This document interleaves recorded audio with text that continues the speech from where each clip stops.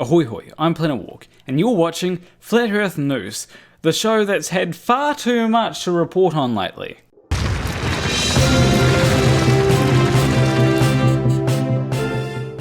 So before we get into all the major stuff, I'd just like to say thank you to all the people that bought this t-shirt. It's both surprising and nice to see that people are actually interested in buying what I have to offer. Sure, it's only 3 people besides myself, but I thought that literally nobody would be interested in that t-shirt. But in other Planarwalk related news, I've actually added a new reward to the $10 tier on Patreon. So whenever I do a reading comments sort of video, people who have donated $10 to me or more on Patreon will actually be able to read out a comment. And I think I should probably give a shout out to my $20 patron, What Jesus right now, for actually suggesting that idea. And last bit of news to do with me. I did an oopsie. Well, that and Air New Zealand appear to be dicks. So last month I was getting pretty hyped because it looked like I was going to be able to go to the New Zealand Flat Earth Conference. However, it appears that I've run into a few problems. My original estimates of price were way off. You see, I had initially estimated that I'd need about $200, and that would be it. However, life can't be that simple. You see, I'd also need to factor in the fact that I'd need to take someone else with me to film what I'm doing, so that I can make a video on it. I'd also need to factor in the cost of accommodation for a night. And that was alright, I was happy with the amount that would cost. But then, I realised tickets had a price to it. The cheapest tickets you can get to this are $99 for one person. And that's just for the seminar on Saturday. Hardly anything worth making a video about. But I think it was about $150 to go to the Sunday thing where you can actually talk with other flat earthers and all that kind of stuff. And I get it. Mark Sargent probably charges quite a bit of money to appear at these events. Now after finding that out, I was a little bit disappointed, but I was still thinking, I still want to go, I still want to make a video on it, and I still want to talk to some flat earthers. But a few days ago I was looking at the Air New Zealand air site when I realised something absolutely horrible. The flights that I had been looking at when making the estimations weren't return flights. It was the one-way flights, and if I had scrolled down I would have seen the return flight as well. Now, I had initially estimated about $200 for the flights, but that was just the flights there. And when I worked it out for the second time, it came up to $150. But again, that was just the flights there. To get back would also have cost another $150 at the time that I worked it out. But I think Air New Zealand has raised their price a bit.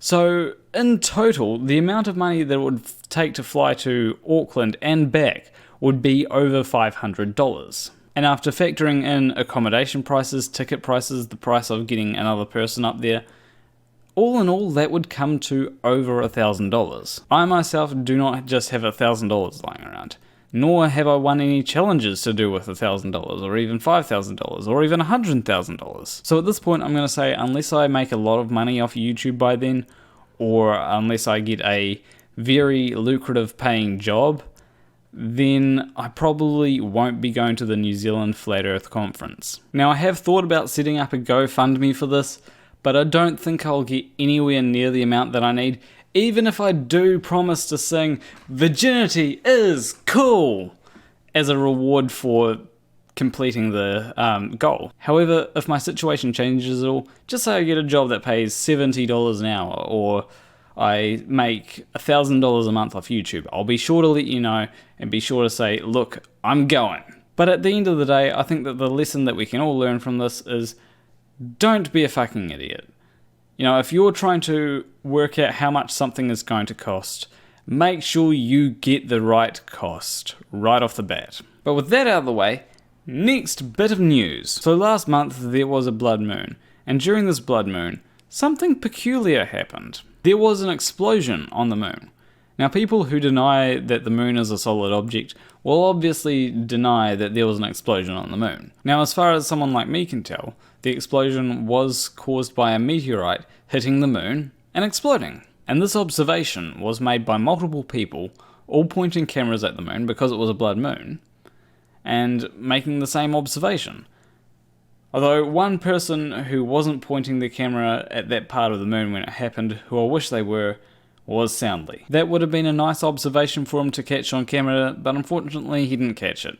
Now, I haven't really gotten any flat earth opinions on what they think of the explosion on the moon during the blood moon.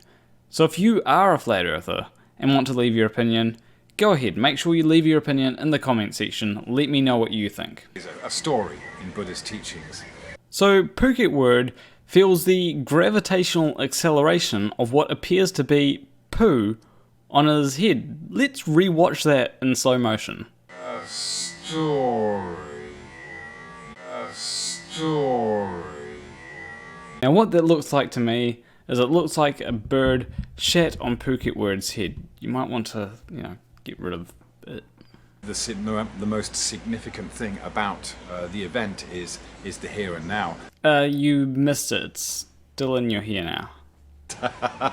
It doesn't matter. I'd say that it does matter. If you leave it in there for a half an hour, it might be a little bit difficult to get out. And I shit you not, that was in his hair for most of a half-hour video.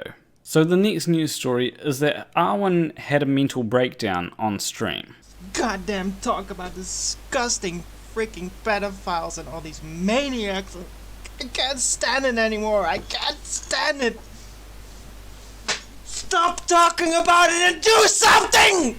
Now in that stream he does say a lot of things that are much more extreme than what he just said there, and so I decided to cut it off as it does get pretty graphic. Now out of context it may sound like he's just gone mental, but listening to the full context makes me think that he might be suffering from PTSD. Now the reason why I think this is because what sets off his rant is him thinking back to when he was a kid. And one of the things he says about a memory of his is that it freaks him out. Now I'm not a psychologist, and this is just a quick assessment that I've done after watching one video, so I could be wrong on this. But if Arwijn is watching this and he does have frequent flashbacks to these memories, I do encourage that he seeks professional help.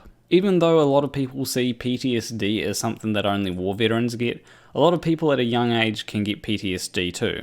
In fact, I personally know people who were diagnosed with PTSD at a young age. So that's all I really have to say about that.